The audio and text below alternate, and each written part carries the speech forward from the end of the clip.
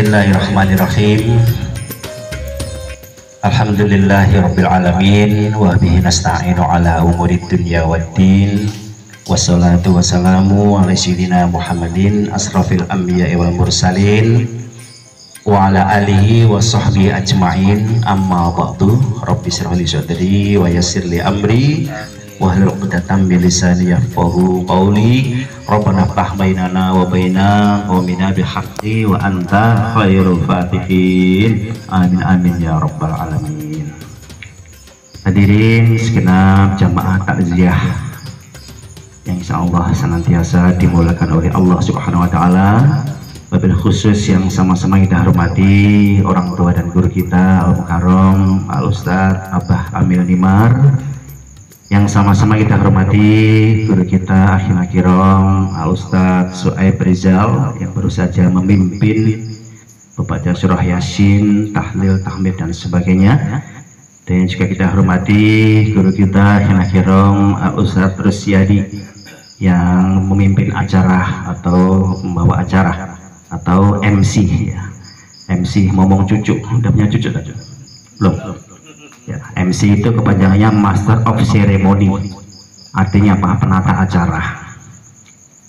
Orang tua kita ada Kong Salim, ada Ustadz Andi, ada ya Ustadz Andi, ada Pak Aloy, dan juga seluruh jamaah yang tidak saya sebut satu persatu.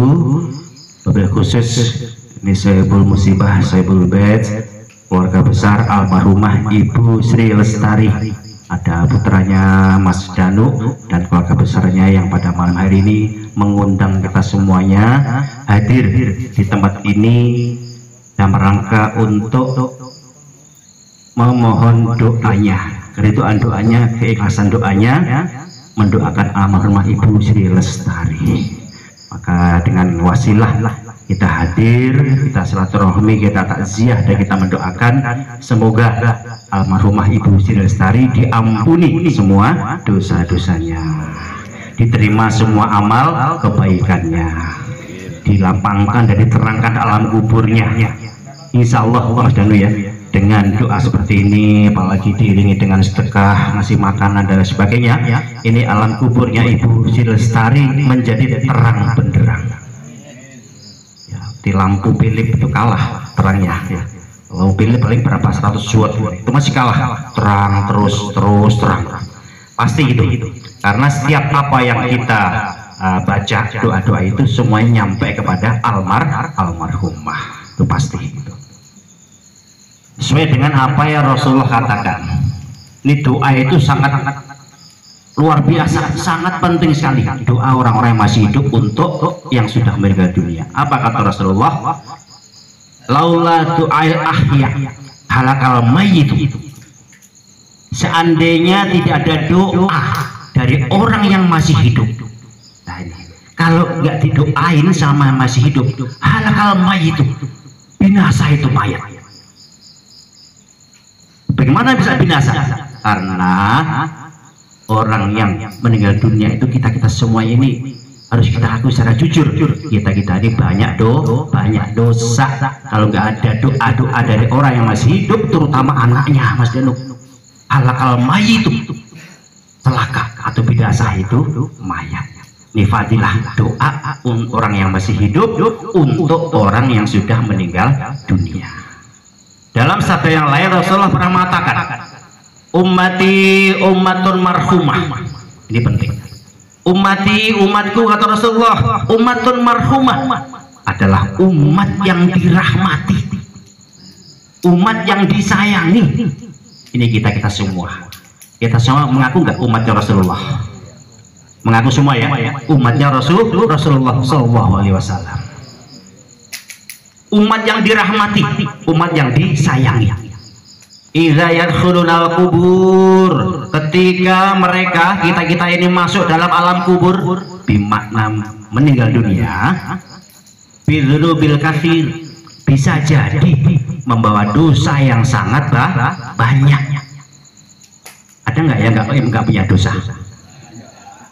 Pasti semua punya dosa. Kalau nggak punya dosa luar biasa, bisa mau berguru-guru. Bagaimana rumusnya nggak punya dosa ya? Karena manusia itu tempatnya berbuat khilaf, dikit-dikit dosa, dikit-dikit salah. Bahwa dosa sangat berat ketika meninggal dunia. Namun ketika dibangkitkan di hari kiamat, bila dzunub, bisa jadi dosanya nggak ada. Loh, kok bisa nggak ada? Nggak ada dosa. Itu ail ahya, sebab doa-doanya orang yang masih hidup. Nah, jadi itu salah satu wasilah cara Allah mengampuni dosa-dosa hambanya adalah salah satunya doa orang-orang yang masih hidup. Ini luar biasa. Karena itu kalau apa namanya kita ngadain tahlilan, ini bukannya tanpa guna. Kalau kita nggak tahu fadilahnya, seakan yang penting hadir, ngopi, makan. Padahal masya Allah, ini luar biasa. Dengan doa itulah orang tua kita diampuni oleh dosanya oleh Allah Subhanahu wa Ta'ala. Ini boleh sekali bangga Mas Danu. Lihat ini, alhamdulillah anakku anak yang soleh. Ngumpulin orang-orang untuk doain bareng-bareng. Jangan cukup cuma tahlilan, untuk anak harus istiqomah. Orang tua harus didoain. Bagaimana caranya? Kalau doa yang sudah populer, Allahumma ighfirli wali walidayya warhamhuma kama rabbayani shaghira, itu kan sudah populer ke umum. Istighfar yang kita baca, apalagi sampai astaghfirullahaladzim li wali walidayya, itu ya untuk orang tua, wali jamil muslimin wal muslimat wal mu'minin wal mu'minat al ahyam. Doa itu dibaca setiap hari minimal 25. Itu orang tua di alam kubur dipakaikan mahkota oleh malaikat atas perintah Allah. Itu si fulan-fulanah pakai mahkota kebesaran, sampai si fulan ini kaget di alam kubur. Loh, kenapa ini begitu mewah saya di sini? Dipakaikan mahkota, dihormati oleh orang para ahli kubur yang lainnya di alam kubur. Ana lihadi ya Allah, ini benar nih untuk saya, ini kehormatan luar biasa ini. Apa kata Allah? Istighfari waladika laka, itu gara-gara anakmu di dunia itu. Lihat, baca istighfar terus untuk kamu. Gara-gara istighfar anaknya, orang tuanya dipakaikan mahkota kebesaran di alam kubur. Bangga sekali, dosa-dosa diampuni. Itu pertanda anaknya adalah anak yang soleh, selalu mendoakan. Jangan lupa istighfar. Apalagi dengan ngirim Al-Fatihah. Nah, udah kalau nggak biasa pakai bahasa Arab, kalau mau bahasa Arab minta tolong sama Ustaz Rizal, tulisin gimana caranya nih. Bismillahirrahmanirrahim, khususon ibu saya atau Indonesia aja. Ya Allah Al-Fatihah, ya Allah untuk ibu saya, Ibu Sri Lestari, Al-Fatihah. Kalau nggak bisa bahasa Arabnya, kalau minta tolong Ustaz Rizadi, ya. Sekali tulis gue capek repot ini. Tapi mau satu sabiin, sekali tulis cepet. Bercanda. Ilmu nggak apa-apa ya. Kita menghormati guru, menghormati ilmu kan, ngasih hadiah guru tuh pahalanya besar. Sedekah nih, ngamplopin ngasih Ustaz I, ngasih Ustaz hadiah, apalagi abah hamil nimar, itu pahalanya besar. Jangan anggap itu sekedar ngasih hadiah, ngasih kepada guru, itu pahalanya lebih besar daripada sedekah kepada selain guru. Saya bukan berarti saya guru, bukan ya, teman-teman itu minta, bukan. Fadilahnya itu pahalanya Mas Danu untuk almarhumah. Masya Allah, anakku udah ngirim doa, ngirim sedekah, ngasih makanan, ngasih duit, semua niatkan untuk orang tua.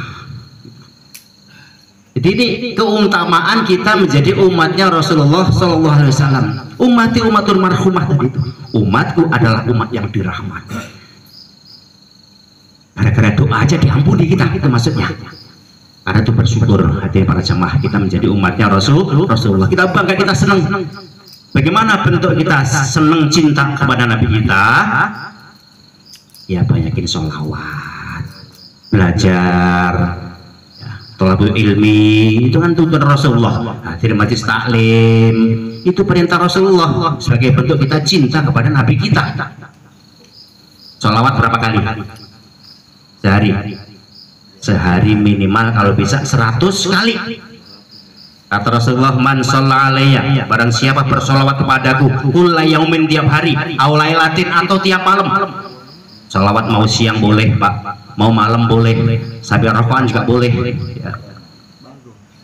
Sambil naik mobil boleh sholawat sehari mi'atan marrotin, sebanyak 100 kali paling sedikit. Maka kata Rasulullah, wajibat salahu syafaati, wajib baginya dapat syafaatku. Nah ini bentuk cinta kita ngaku umat Nabi, sholawatan nggak pernah. Harus sholawatan, bisa diketeng. Habis sholat subuh 20, setelah zuhur 20 boleh, setelah asar 20. Itu cepat, langsung juga cepat, nggak sampai 10 menit selesai sholawat. Kalau nurutin males, hawanya males saja, apa-apa males kebaikan, baca sholawat males, apalagi namanya ngaji, wah berat banget. Kalau ilmu itu berat. Saya pernah bikin lirik itu, menuntut ilmu memang berat, banyak orang tidak kuat, untuk itu perlu niat dan juga tekad yang bulat. Menuntut ilmu berat, godaannya apa? Godaannya hati biasanya. Males, macam hati ini bolak-balik hati. Kadang begini, kadang perasaan negatif sama orang, sama guru aja ada negatif thinking. Itu setan. Wah, setan dan hawa nafsu harus dikendalikan, harus dikalahkan. Harus utamakan positif thinking, perasaan yang baik. Hadir. Ini ada cari ilmu, bukan cari apa-apa. Sempatkan minimal itu seminggu sekali, namanya ilmu, ya kan? Jangan sampai ini Sayyidina Ali bin Abi Thalib itu pernah ngasih nasihat. Tahu Sayyidina Ali, tahu Mas Danu? Siapa dia? Bukan Muhammad Ali, bukan. Mau bertinju lagi. Sayyidina Ali bin Abi Thalib karamallahu wajhah. Itu sahabat dan juga menantunya Rasulullah SAW. Pernah mengatakan begini, hadirin berjamaah, ini penting banget. Bernasihat, laula khamsa khisalin lasyarun nasu kulluhum sholihin. Apa artinya? Ya begitulah kira-kira ya. Kata Sayyidina Ali, seandainya tidak ada 5 hal, ini nanti kita sebut ya, 5 hal itu apa saja, maka seluruh manusia termasuk kita ini kulluhum sholihin, semuanya akan menjadi orang yang soleh, orang yang baik. Kalau bahasa saya begini, kita ini semua bapak-bapak punya potensi, punya peluang untuk menjadi orang yang baik atau orang yang soleh, namun bisa terhalang atau gagal gara-gara 5 ini, kata Sayyidina Ali. Yang pertama, Sayyidina Ali menempatkan ini yang pertama, apa itu? Al-qanaatu bil jahli, yaitu qanaah di dalam kebodohan. Qanaah tahu? Qanaah itu menerima, bodoh terima. Ya saya udah begini cukup dah, buat apa ngaji, udah tua-tua gini nggak perlu. Terus ngapain? Ya semuanya enggak ada, biar ada yang bocah-bocah aja dah tua. Itu namanya qanaah bil jahli, artinya nerima apa adanya, nggak mau berupaya untuk thalabul ilmi, belajar, walaupun cuma mustami'an, cuma duduk doang dengerin, itu udah cukup. Kalau punya Allah berikan kelebihan yang lebih, bisa aja menjadi di atasnya mustami'an, muta'aliman, belajar serius, atau bisa aliman, jadi orang alim. Ya kayak guru-guru kita ini, alhamdulillah ini termasuk pilihan Allah. Kalau ada ustadz, ulama, ceramah seperti ini, pimpin acara dan sebagainya, itu pilihan Allah, bukan kemauan kita. Ada dalilnya. Tsumma awrasnal kitabal ladzi nastafaina min ibadina. Ini Al-Qur'an surah Al-Fatir ayat 32. Apa kata Allah? Kemudian aku wariskan ini kitab atau ilmu dari Allah kepada orang-orang yang aku pilih dari hamba-hamba kami. Loh, dipilih ada tadi. Jangan dianggap remeh gitu. Karena kita lecehkan itu pilihan untuk nyebarin ilmu, untuk di masyarakat, mimpin tahlilan semacam ini adalah ilmu yang harus diamalkan di tengah-tengah masyarakat. Itu namanya alim. Jadi jangan sampai kita al-qanaatu bil jahli. Memang kata Rasulullah pertama, pakun aliman, jadilah orang alim. Kalau bisa jadi orang alim, ngajar, guru. Kalau bisa kita belajar yang penting, nanti Allah pilih itu nanti. Kalau nggak mampu, ya Pak Ustadz, mana mungkin, saya kan lulusan begini, terus mau jadi orang alim, boro-boro saya ngapalin hadis yang panjang-panjang, ngapalin surat Alam Nasr aja nggak hafal-hafal, gimana ini? Rasulullah ngasih alternatif yang kedua, au muta'alliman. Gak bisa alim jadi guru, jadilah orang yang mau belajar. Ya udah, kalahkan hati. Ini kalahkan gejolak hati, kalahkan. Yang penting standar talabul ilmi. Kalau bisa saya tulis, yang nggak tahu saya tulis. Saya tanya, itu muta'alliman. Masih susah, Pak Ustaz, saya nggak bisa nulis Arab. Susah di mana ini? Rasulullah masih ngasih alternatif yang ketiga, au mustami'an, jadilah pendengar. Nah seperti ini, karena itu tadi saya ngomong ini mumpung malam ke-7, biasanya memang begitu Mas Danu. Selain tahlilan, kita fadilahnya doa untuk almarhumah, kita yang masih hidup juga dapat oleh-oleh. Apa? Ilmu. Ini secara hakikat, ini yang dibutuhkan. Kalau secara lahiriah, secara dzurriyyah ya tentengan, makanan itu untuk jasad kita. Untuk batin kita, hati kita adalah ilmu, nasihat ilmu ini. Kalau hati kita terbuka, kalau enggak ya tetap dan dongkol hati, namanya manusia. Kalahkan kalau bisa. Nih, mustami'an, mendengar yang baik. Karena li'anal ilma hayatul qalbi, ilmu itu kehidupan hati, Bapak. Kalau fisik makanannya ya minum kopi seger, rokok enak, itu jasad kita. Kalau hati kita makanannya adalah nasihat-nasihat ilmu. Sempatkan. Di kampung kita ini teman-teman Jamrut semua banyak ini ya, di tempat kita banyak majelis taklim, ada di musola ada majelis taklim, di tempat saya ada majelis taklim setiap malam Kamis, di musola malam Senin. Sempatkan kalau bisa, kita promosi. Untuk promosi yang baik-baik harus, kata Rasulullah, ilmu harus dimaklumatkan, bukan untuk pamer, bukan, memaklumatkan. Mau hadir silahkan Mas Danu, malam Kamis tempat saya pengajian rutin. Walaupun nggak rutin, silakan 9 sekali. Pertama, silaturahmi, jadi kenal, jadi akrab, tambah saudara, tambah teman. Kedua, tambah ilmu, hati jadi tenang. Mau ujiannya berat, ujiannya nanti. Kalau kita bisa ngalahkan ujian dari tangan itu, maka insya Allah kita ditakdirkan Allah menjadi min ahlil ilmi, pencinta ilmu. Udah tenang. Kata Rasulullah, orang yang menuntut ilmu itu, kalau dia dengan tumakninah, istiqomah, soal rezeki dijamin oleh Allah Subhanahu wa Ta'ala. Ada aja jalannya, cuma harus bisa ngalahin ujian, ngalahin godaannya itu. Itu menurut ilmu itu. Sampai Sayyidina Ali al-qanaatu bil jahli, jangan cuma dia menerima atas kebodohannya, harus belajar. Karena menuntut ilmu itu hukumnya wajib. Kalau ilmi fardhatun ala kulli muslimin wa muslimatin, wajib bagi setiap muslim, laki maupun perempuan. Mulai dari lahir sampai nanti meninggal dunia. Jadi selama masih nyawa di kandung badan, ya, nyawa belum sampai keluar tenggorokan, ini ada kesempatan kita untuk bertobat. Ya, jadi jamaah, ini bulan Rajab. Rajab itu kata ulama litadhiril jasadi, bulan untuk membersihkan jasad kita. Kita bertobat dulu kepada Allah. Jasad anggota tubuh, ya, harus bertobat dulu. Mungkin mata masih sering kita pakai nonton film porno, harus tobat. Ini Rajab. Kaki ya masih sering kita pakai untuk ke tempat-tempat maksiat. Kalau diajak taklim susah, kalau diajak ke kafe ayo. Nah ini kaki ya, bukan nggak apa-apa, yang penting nggak maksiat, nggak apa-apa. Kalau ke tempat-tempat yang wah, yang memuaskan hawa nafsu, giat banget. Bila untuk ngaji berat, kita bertobat. Lidah, hati para jamaah, lidah tulisan yang paling bahaya, masih sering kita pakai untuk mencaci maki orang, untuk mengumpat orang. Baik kalau lagi gak senang, wah ada aja semua keburukannya tampak. Kalau lagi gak senang hati, tergantung hati kita. Wah waktu apa diomongin julek macam-macam. Waktunya untuk bertobat. Litadhiril jasadi, bersihkan anggota badan. Rajab ini, gimana caranya? Nih, tak jasahkan satu istighfar jadi jamaah yang khusus dibuat oleh ulama untuk bulan Rajab saja. Istighfar yang oleh ulama disusun hanya untuk bulan Rajab. Ulama seperti dokter tadi ya. Dokter bikin obat.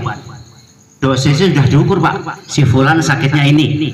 Dokter pinter. Ini diminum 3 kali sehari. Pagi, sore, pagi, siang, malam misalnya. Dokter bikin obat sesuai dengan dosisnya, kadarnya.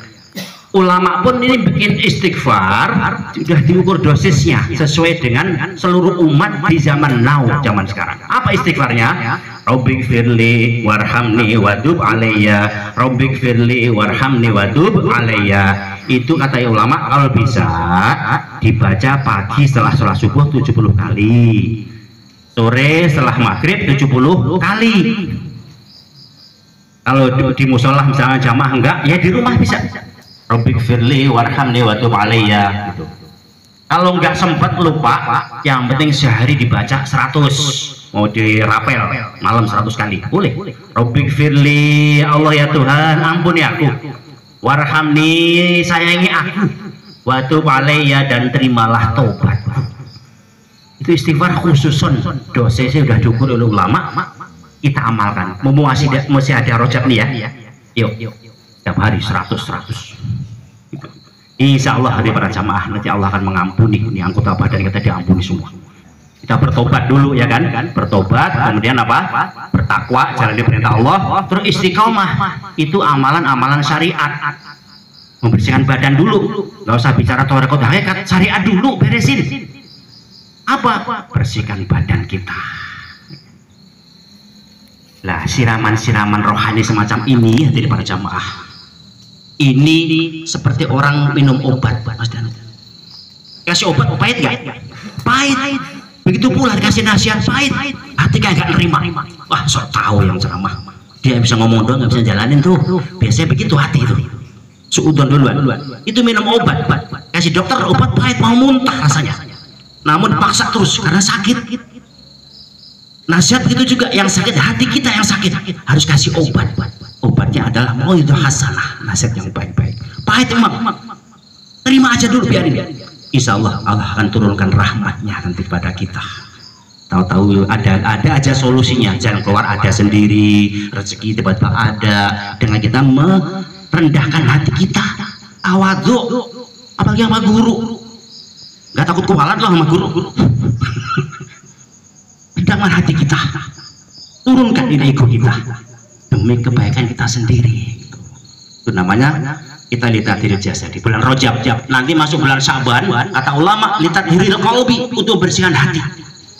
Nah itu dari apa? Penyakitnya hati, penyakit dengki, hasad, penyakit riya, penyakit suudzon, penyakit semua penyakit hati. Nanti momennya di bulan Syaban. Kita banyak silaturahmi, saling minta maaf, berkunjung ke orang tua, ke para teman, kita merasa salah, kita minta maaf dan lain sebagainya. Baru nanti kita masuk Ramadan, disebut litathir ruh, untuk membersihkan ruh kita nanti. Jadi 3 bulan ini berurutan, Rajab, Syaban, Ramadan. Kalau kita sukses, badan kita bersih, hati kita bersih, ruh kita bersih 3 bulan ini, maka kita layak Idul Fitri, layak kembali ke fitrah, ke hati yang suci. Itu baru namanya di hari raya. Dan Rajab gak istighfar, Syaban gak baca sholawat, Ramadan puasa kadang-kadang, tarawih kagak. Idul Fitri bajunya paling baru, paling semangat. Idul Fitri ibadah gak dilakuin, gak dapat apa-apa, cuma keberdalamnya doang. Wah lebaran keren, puasanya amburadul. Rajabnya nggak pernah istighfar. Naudzubillahi min dalik. Ini mohon izin, mohon maaf, dan maka kita wa tawasobil haq wa tawasobil sobri. Kita hidup ini bapak-bapak sekalian, kata Allah wal asri, sampai Allah bersumpah demi masa, innal insana lafi khusrin, sesungguhnya manusia itu rugi, hidup ini rugi pak sebenarnya, kecuali apa? Ilal ladzina amanu wa amilus solihati wa tawasobil haq wa tawasobis sobri. Kecuali orang yang gak rugi itu adalah orang pertama punya iman, yang kedua dia beramal soleh, yang ketiga dia saling memberi nasihat kebaikan dan kesabaran. Karena itu saya tuh selalu ya, bukan apa-apa, bukan saya ingin ceramah, bukan tadi.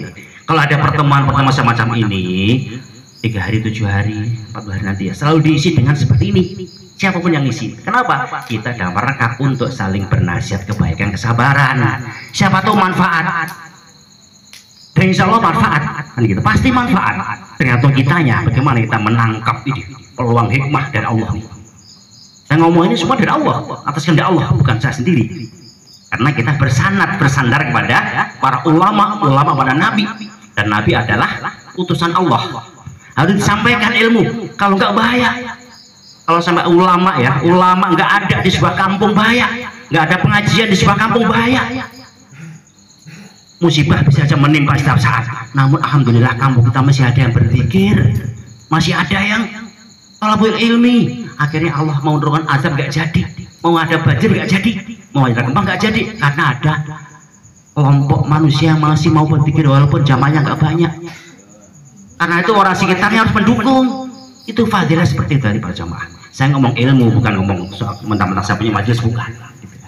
Sangat luar biasa. Itu aja mungkin yang bisa saya sampaikan.